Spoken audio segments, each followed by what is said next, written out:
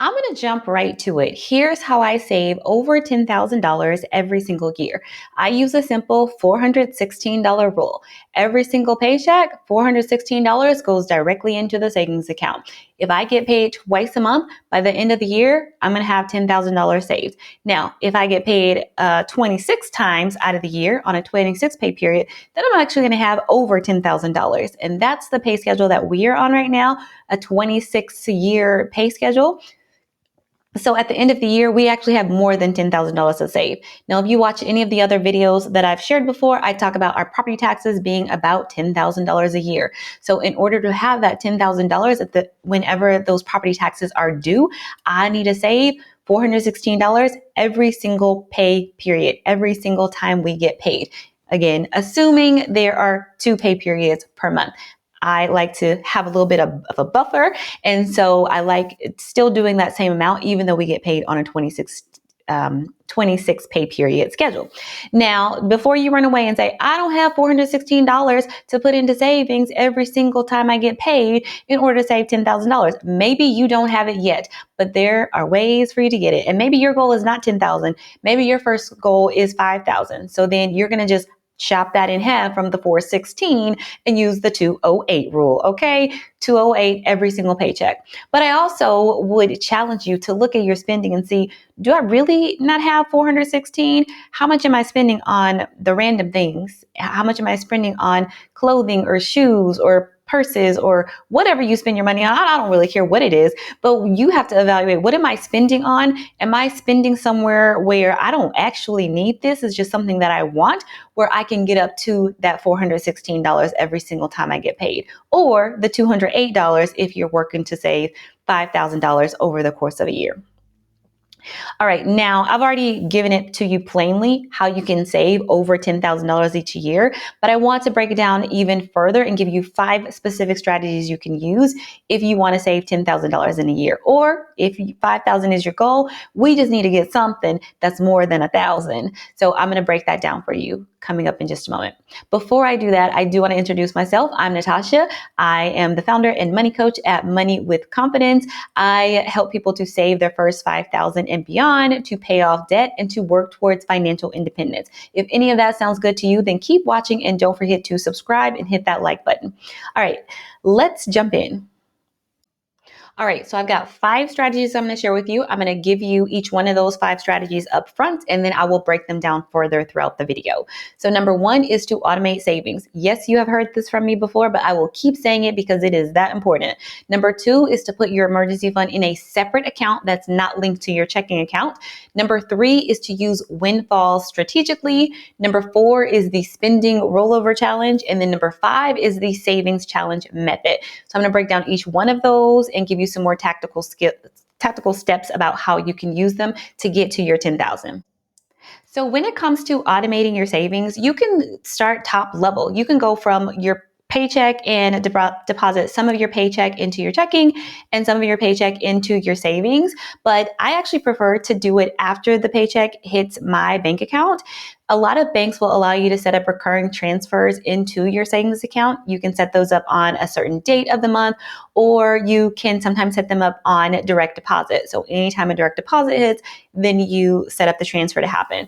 I personally like having a little bit more control by doing it from my bank side, because my numbers might change of what I want to save from time to time. And I can easily do that myself versus having to go through HR at the company in order to do it.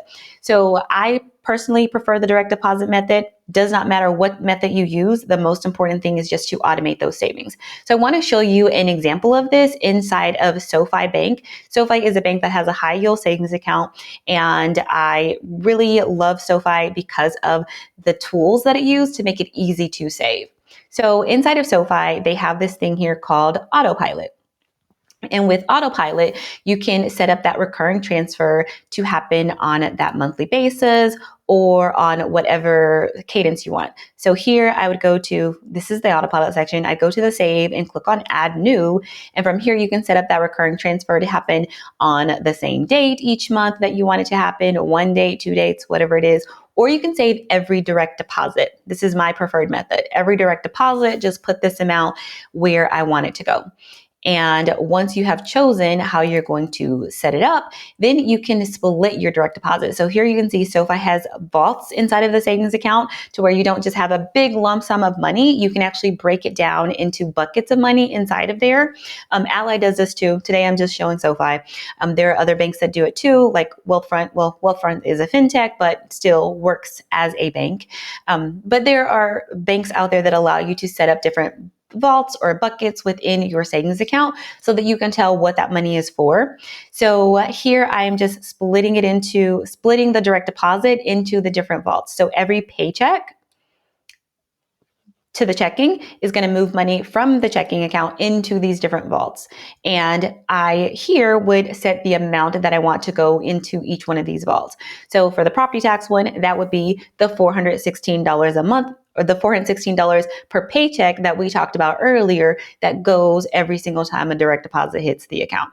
And then with SoFi, at least, I know if your checking account is below a certain amount, then it won't do those auto transfers. So you never really have to worry about, oh, well, what if I don't have the 416? Is it going to make me overdraft? No, you can set up limits to where if there's only this amount in the account, then don't run these automatic transfers. But this is what I want to show you inside of SoFi. All right, if you do not have your money automated to make that savings happen every month already, then go and do it. If you're ready to really jump in and get to at least 10,000 by the end of this year, then 416 per paycheck is the goal. Follow the rule of transferring $416 every single paycheck into your savings account. Now, I prefer the direct deposit method, saving whenever there's a direct deposit that comes through, because I'm okay with having my savings account at the same bank as my checking account. But for some people, you may not like that. You may need your savings account to be away in a different bank, because if you see the money, you're going to take the money and go and use it. So if that's the case, you may set yours up on more of a recurring basis with specific dates, maybe set up on an every 2 weeks basis, versus setting it up to where it's tied to your direct deposit. So really choose what works for you, get the automation set up so that the money goes where it needs to go, okay? Moving on to number 2, which is in relation to this, is to open up a separate savings account that you do not have access to, that you are not going to touch. It's not connected to your checking account. This is helpful for some people because if they open up their bank account app and they see, oh, I got $2,000, then that will give them permission to spend. And it's like, no, you don't, that $2,000 is for this purpose. It's for, we trying to get this $5,000, $10,000 emergency fund. Let's not go and say we got $2,000 to use. So if you're that type of person and you know yourself better than anyone else, where you know you're going to need the money to be separate, then open you up a separate high yield savings account and go from top level. Go directly from your job, and every single direct deposit, split it to where some of your direct deposit goes into your checking account that you spend from, and the rest of it goes into that high yield savings account. Some different examples I've shared before is Ally and SoFi. Of course, there's also Marcus by Goldman Sachs. Discover has a high yield savings account. Wealthfront is a fintech with a high yield savings account. So Wise is a fintech with a high yield savings account. These are all options that you can research and choose one that works for you. There are many more than the ones I mentioned, but that would be the thing for you if you need to have that separation, is to open up a separate high yield savings account. That's key, making it a high yield savings account, because we actually want to make some money on the money that we're setting aside into savings. We're trying to keep up with inflation, if anything. If anything, we don't want to get left behind and get our money eaten away by inflation, okay? Next up is to use windfalls strategically. So I'm talking about IRS gives you money back whenever you file your taxes. You earn a bonus at your job. You sell something in your house. You can use those funds whenever you got some extra cash coming in. Maybe you get a gift for your birthday or for the holidays, and it's in cash. You can take that cash and use it strategically. Can you put some of it towards your savings account so that you can get that $5,000 or $10,000 emergency fund saved? That's the goal, to at least have 5 or 10K, giving you some breathing room if something were to come up.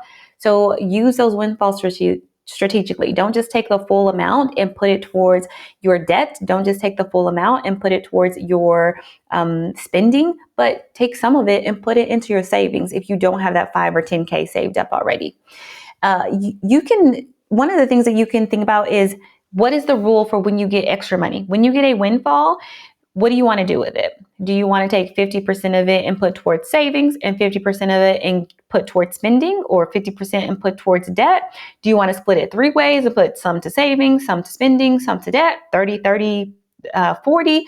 You have to decide what split makes the most sense for you.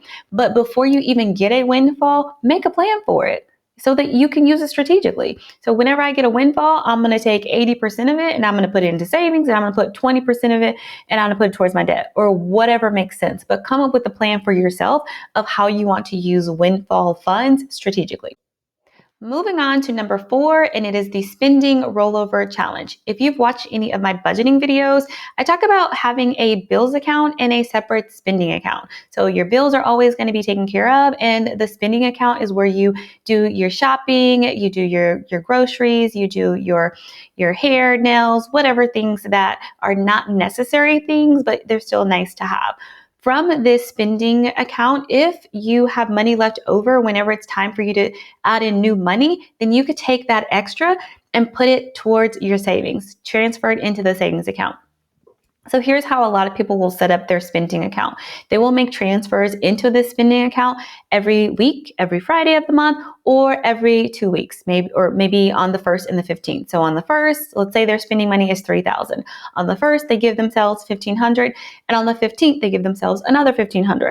So if you get to the 15th and you look and see, oh, there's more than $1,500 in the account because I had some left over from my previous spending, you can take that rollover money that would just get rolled over into the spending that you could use and transfer it into your savings account to help build up to that $5,000 or $10,000 savings fund quicker.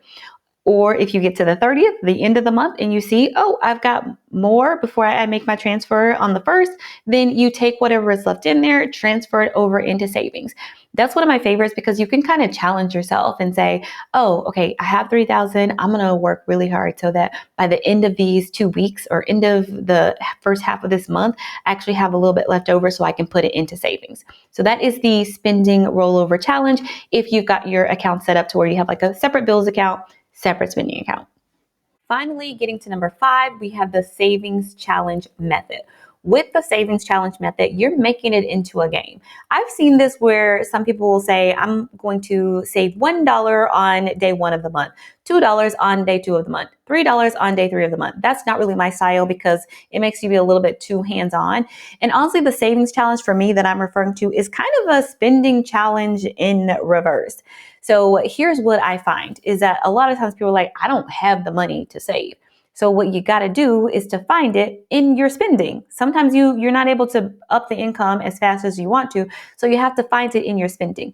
So here's a challenge for you. If you spend online, you spend on Amazon, you spend on online stores, you spend on TikTok, Instagram, any of those things, I want you to challenge yourself to only spend online 1 day out of the week. Choose a day, any day, I don't care what day. Choose only 1 day where you can actually hit buy on any of those sites where you are wanting to buy things from.